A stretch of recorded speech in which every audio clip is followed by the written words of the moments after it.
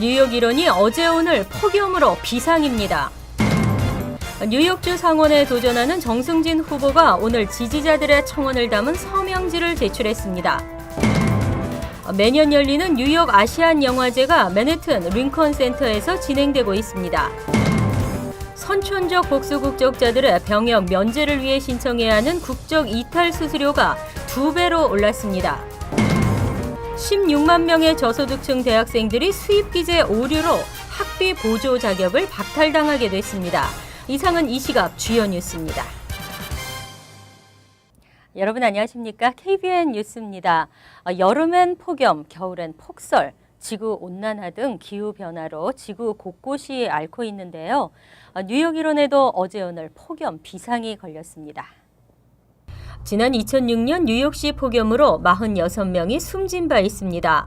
뉴욕 일원 어제 낮 최고 기온은 맨해튼 센트럴파크가 90도까지 올라가는 등 폭염이 비상입니다. 플러싱은 92도, 포트리는 91도를 기록했습니다. 오늘은 기온이 더 올라가 센트럴파크 91도, 플러싱 92도, 포트리 94도까지 치솟았습니다. 하지만 이 같은 무더위는 내일을 기해 한풀 꺾여 오는 10일과 11일에는 최고 기온이 센트럴파크 기준 81에서 82도를 기록할 전망입니다. 당국은 기온이 급상승하면서 열사병 등 여름철 고온 관련 질병이나 사고 예방에 주의할 것을 당부했습니다. 특히 뉴욕시 같은 도시는 사회 기반 시설이 아스팔트와 콘크리트, 금속 등으로 만들어져 다른 지역보다 기온이 평균 10도 정도 높습니다. 이에 따라 어린이나 노약자들은 외부 노출을 줄이고 냉방 시설이 돼 있는 곳에서 더위를 피해야 한다고 뉴욕시 재난관리국은 권고하고 있습니다. 폭염 건강 피해를 예방하기 위해서는 가벼운 식사와 충분한 물 섭취, 헐렁하고 가벼운 옷을 입을 것, 야외 활동을 삼가고 최대한 햇볕을 차단할 것, 특히 주정차된 차에 어린이나 동물을 두지 않을 것 등이 권고됐습니다. 재난관리국은 지난 2003년 폭염으로 프랑스에서는 15,000명이 사망했는데 상당수가 노인이었다고 경고했습니다. 뉴욕주 상원에 도전하는 정승진 후보가 오늘 지역 지지자들의 청원을 담은 서명지를 뉴욕 선거관리위원회에 제출했습니다.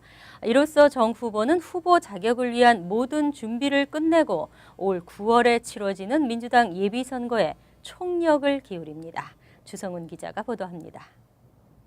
오늘 오후 뉴욕 퀸즈에 위치한 선거관리위원 사무실. 올해 뉴욕주 상원 민주당 예비선거에 출마하는 정승진 후보가 기자회견을 갖고 지역 지지자들의 청원 서명지를 들어보입니다. 정 후보는 지난 한 달 동안 선관위에서 요구한 1,000장을 무려 3배나 초과한 총 3,379장의 서명지를 받았습니다. 상대 후보의 검열 과정이 남아있지만 자체 검열 기준 서명지에서 어떠한 이상 징후도 발견하지 못한 만큼 사실상 정 후보는 후보 자격을 위한 모든 준비를 끝내고 올 9월에 치러지는 민주당 예비선거에 전념할 수 있게 됐습니다. 이제 이것을 제출함으로써 저희가 이제 상대방에서 챌린지를 하지 않는 한 정식 후보 자격을 취득하는 데는 문제가 없을 것으로 예상을 합니다. 충분한 숫자를 제출하기 때문에요. 이제 그 다음 단계로는 저희가 더더욱더 유권자들을 만나고 유권자들의 표심을 파고 들어가는 더욱더 전방위적이고 또 강력한 캠페인을 펼쳐나갈 것입니다. 정 후보가 도전하는 뉴욕주 상원 제16 선거구는 현역인 토벤 스타비스키 의원이 지난 1999년부터 자리하고 있는 텃밭으로 정 후보는 한인 사회는 물론 최근 라티노와 유대계 커뮤니티의 지지도 확보했다며 승리를 자신했습니다. 모든 유권자들로부터 이 지역구의 변화의 바람이 있어야 된다는 것, 그리고 우리 주정부가 지금 잘못되고 있는 것에 대한 안타까움을 표현하는 유권자들이 많았습니다. 그래서 다시 한번 저희 유권자들로부터의 그러한 그 반응이 있었던 거에 저희가 감사드리고 더욱더 전방위적이고 강력한 캠페인으로 이번 선거를 꼭 이기도록 하겠습니다. 한편 정승진 후보 선거 사무실 측은 최근 정 후보의 민컨센터 회장 시절 활동 기록을 영상으로 제작해 유튜브에 올리는 등 대대적인 홍보 캠페인에 나섰습니다. KBN 뉴스 주성훈입니다. 매년 뉴욕 맨해튼 링컨 센터에서 열리는 뉴욕 아시안 영화제가 지난달 28일 개막됐습니다. 특히 올해의 경우 영화제 기간 동안 한국 영화 특별전도 함께 열리고 있는데요. 19편의 한국 영화가 소개됩니다. 금홍기 기자가 자세한 소식 전해드립니다. 책이 긴장감. 배우 설경구가 뉴욕 아시안 영화제에서 한국 배우 최초로 아시안 스타상을 거머쥐면서 한국 영화에 대한 관심도 높아지고 있습니다. 오는 14일까지 열리는 올해 뉴욕 아시안 영화제에서는 한국 영화 특별전도 함께 열리고 있어 배우 이정재와 설경구가 주연한 영화 등 다양한 장르의 장편 영화 12편이 상영되고 있습니다.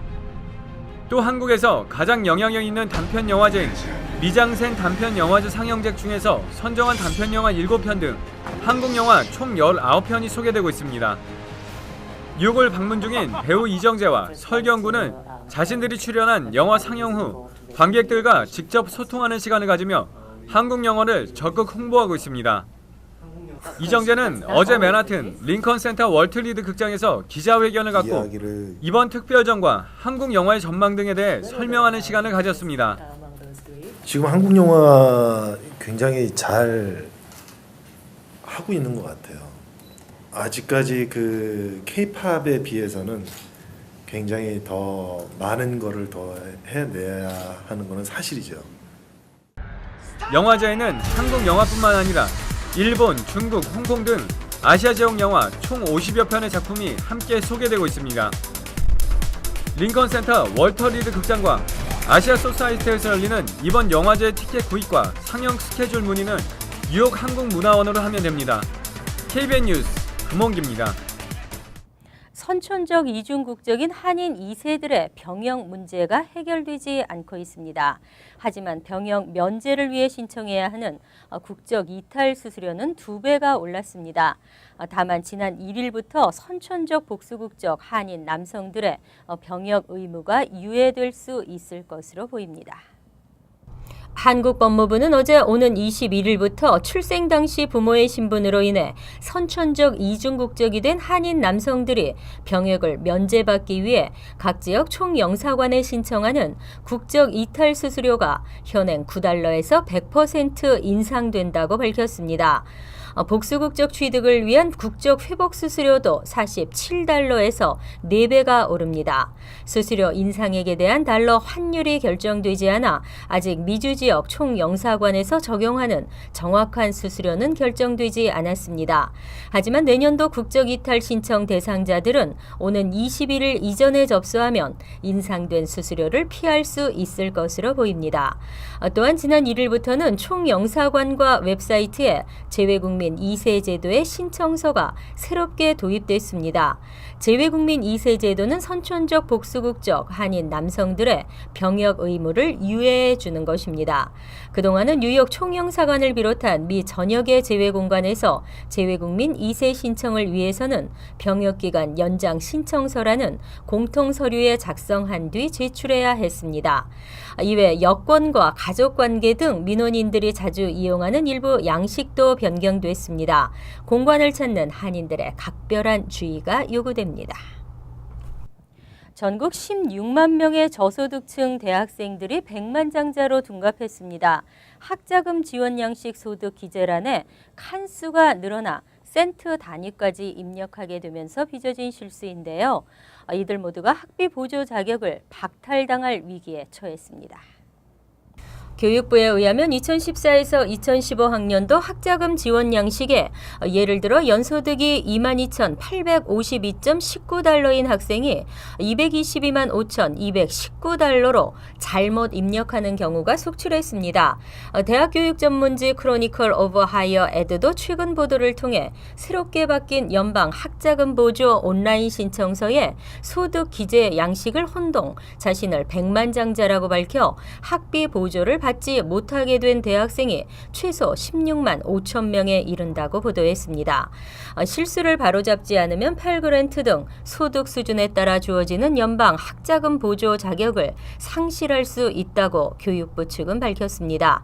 교육부에 따르면 2014에서 2015학년도 펩사 온라인 신청서의 경우 고소득층 가정 학생들의 편의를 위해 소득액 숫자를 입력하는 칸을 과거에 비해 늘렸습니다. 이 때문에 센트 단위는 기재란 뒤에 00이라고 일괄 표시되게 변경됐는데 이를 확인하지 못하고 소득액을 센트 단위까지 입력하는 실수가 많았던 것으로 드러났습니다.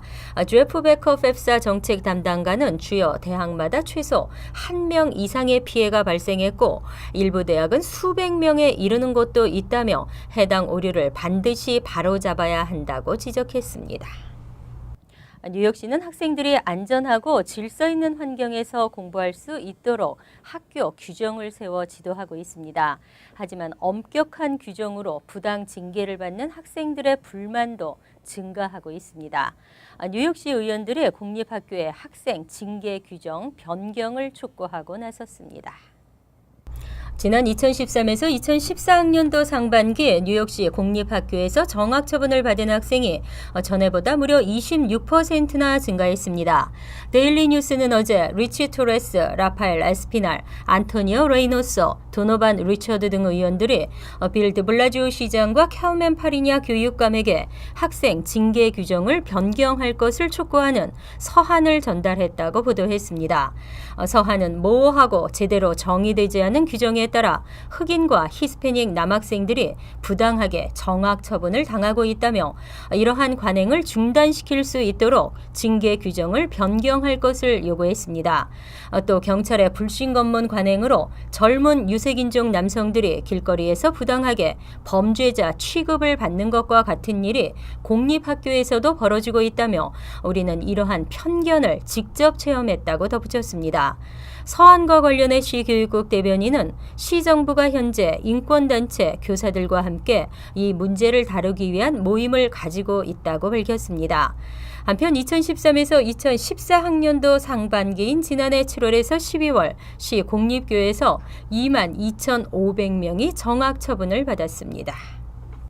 뉴욕 뉴저지 비영리 단체 22곳이 한인 커뮤니티 재단으로부터 올해 사회보조금 수혜자로 선정됐습니다. 총 55만 8천 달러를 지원받게 됐습니다.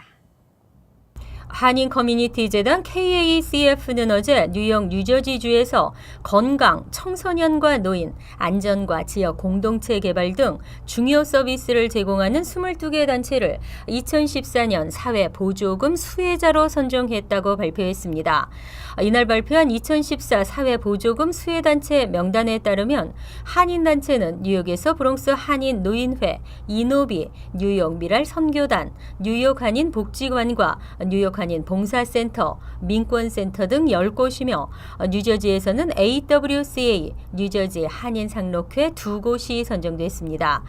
나머지 10곳은 타민족 단체입니다. 수혜 단체들은 최소 15,000달러에서 최고 3만 달러, 평균 25,000달러를 지원받게 됩니다. KACF는 오는 10일 오후 6시 30분 맨해튼 반주 식당에서 지원금 수혜 단체 관계자들과 리셉션을 열고 지원금을 전달할 예정입니다. 뉴저지주의 포트리, 지금의 상태라면 앞으로 5년 내 학생 수는 10%가 더 늘어날 것으로 보입니다. 과밀학급 문제가 심각합니다. 교육 환경 개선의 필요성이 대두됐습니다. 포트리 지역 학군 내 학생 수가 향후 5년 내 10% 이상 증가할 것으로 예상됩니다. 오는 2018에서 2019학년도 등록 학생 수는 4,200명 이상으로 올해 등록생 3,835명보다 10% 증가할 것으로 점쳐지고 있습니다. 이에 따라 학급 과밀화 해소를 위한 방안이 검토되고 있습니다. 레코드지에 따르면 포트리 학군은 과밀학급 해소를 위해 가장 먼저 중학교 주차장 등의 교실을 만들어 5, 6학년 학생들을 옮길 것을 고려 중입니다. 다음 방안은 제2초등학교에 8에서 12개의 연구교실과 12개의 임시교실을 만드는 것으로 이달 말쯤 최종 결정을 내릴 예정입니다. 학군 측은 1,100만에서 1,700만 달러가 투입될 이 안건이 통과되면 음악과 미술 등의 수업이 쉬워지고 학생들이 보다 쾌적한 환경에서 집중해 공부를 할 수 있을 것으로 기대하고 있습니다. 포트리에는 현재 47층짜리 고층 아파트 2동이 들어설 예정입니다.